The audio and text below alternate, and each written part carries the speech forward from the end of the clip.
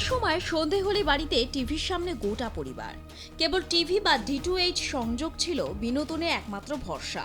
কিন্তু এখন সময় বদলেছে, হাতে স্মার্টফোন, বাড়িতে স্মার্ট টিভি, আর সব কন্টেন্ট চলে এসেছে অ্যাপের ভিতরে।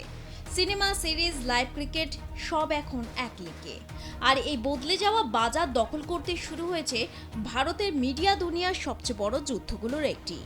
একদিকে জিও স্টার, অন্যদিকে জি এন্টারটেনমেন্ট এন্টারপ্রাইজ লিমিটেড বা জি।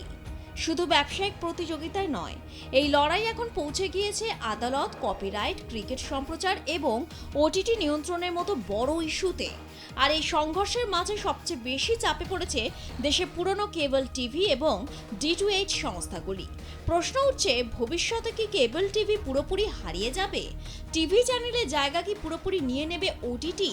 আর জিও বনাম জির এই যুদ্ধের প্রভাব পড়বে সাধারণ দর্শকদের উপর? প্রথমেই আসা যাক সবচেয়ে বড় বিতর্কে, কন্টেন্ট রাইটস বা সম্প্রচার অধিকারের লড়াই। সম্প্রতি দিল্লি হাইকোর্টে বড় মামলা দায়ের করেছে জিও স্টার। অভিযোগ, জি এন্টারটেনমেন্ট নাকি বৈধ লাইসেন্স ছাড়াই একাধিক বলিউড ছবি সম্প্রচার করেছে।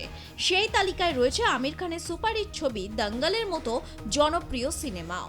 জিও স্টারের দাবি, এই সম্প্রচার কপিরাইট আইন ভেঙেছে এবং এর জন্য কয়েকশো কোটি টাকার ক্ষতিপূরণ দাবি করা হয়েছে। অন্যদিকে জিও চুপ করে বসে নেই। এর আগেই তারা জিও স্টারের বিরুদ্ধে অভিযোগ তোলে যে অনুমতি ছাড়াই তাদের কপিরাইটেড মিউজিক ব্যবহার করা হয়েছে। অর্থাৎ এখন শুধু টিআরপির লড়াই নয়, কে কোন সিনেমা দেখাবে, কোন গান ব্যবহার করবে, কার কাছে থাকবে ক্রিকেট সম্প্রচারের অধিকার, তা নিয়েই শুরু হয়েছে আইনি যুদ্ধ। আর এই যুদ্ধের সবচেয়ে বড় ক্ষেত্র হলো ক্রিকেট। ভারতে ক্রিকেট মানে শুধু খেলা নয়, বহু হাজার কোটি টাকার ব্যবসা। বিশেষ করে ইন্টারন্যাশনাল ক্রিকেট কাউন্সিল বা আইসিসি টুর্নামেন্ট সম্প্রচারের অধিকার নিয়ে আন্তর্জাতিক স্তরেও সংঘর্ষ চলছে দুপক্ষের মধ্যে। কারণ এখন ক্রিকেট সম্প্রচার মানেই দর্শক টানার সবচেয়ে বড় অস্ত্র। আগে মানুষ টিভিতে ম্যাচ দেখত, এখন অনেকে সরাসরি মোবাইল বা স্মার্ট টিভির অ্যাপে ম্যাচ দেখছেন।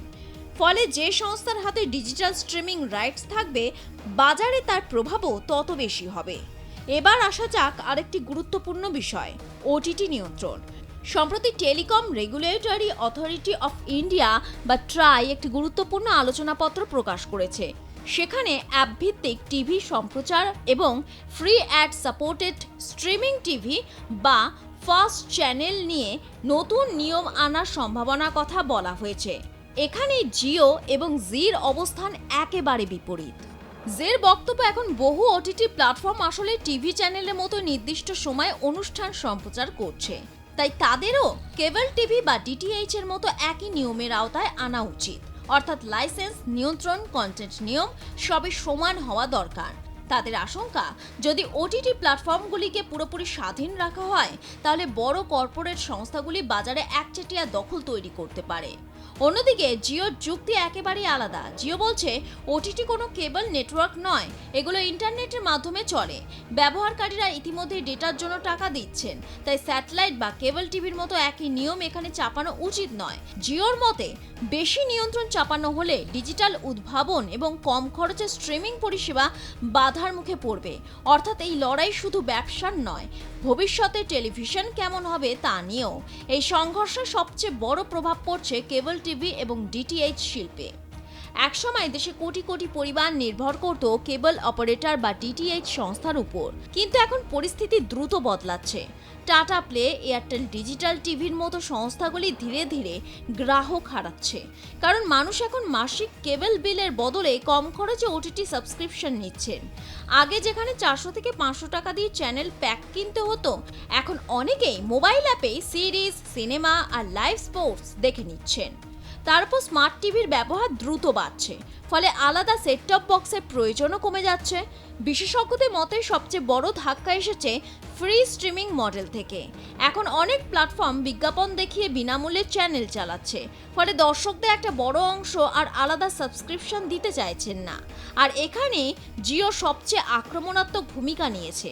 কম দামে internet, fibre broadband, smart set top box এবং ফ্রি কন্টেন্ট সব একসঙ্গে দিয়ে তারা গোটা মিডিয়া ইকোসিস্টেম বদলে দিতে চাইছে। অন্যদিকে জি চাইছে পুরনো সম্প্রচার ব্যবস্থার নিয়মকানুন বজায় থাকুক, যাতে টিভি শিল্প পুরোপুরি ধসে না পড়ে। এই পরিস্থিতিতে সাধারণ দর্শকদের লাভ ক্ষতি দুটোই রয়েছে। লাভ হচ্ছে এখন আগের তুলনায় অনেক বেশি কন্টেন্ট সস্তায় পাওয়া যাচ্ছে, দর্শকের হাতে বিকল্প বেড়েছে।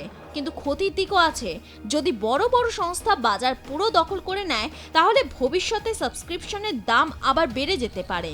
ছোট প্রযোজনা সংস্থা বা আঞ্চলিক চ্যানেলগুলিও চাপে পড়তে পারে। সব মিলে ভারতের মিডিয়া জগৎ এখন একটা বড় পরিবর্তনের মধ্যে দিয়ে যাচ্ছে। টিভি, ওটিটি, ক্রিকেট, সিনেমা সবকিছু মিলিয়ে শুরু হয়েছে নতুন যুগের সম্প্রচার যুদ্ধ। আগে লড়াই হতো কে বেশি দর্শক পাবে, এখন লড়াই হচ্ছে কে দর্শকের মোবাইল স্ক্রিন দখল করবে। আর সেই লড়াইয়ে জিও বনাম জি সংঘর্ষ আগামী দিনে ভারতের বিনোদন জগতের ভবিষ্যৎ অনেকটাই ঠিক করে দিতে পারে। ব্যুরো রিপোর্ট, আর প্লাস নিউজ।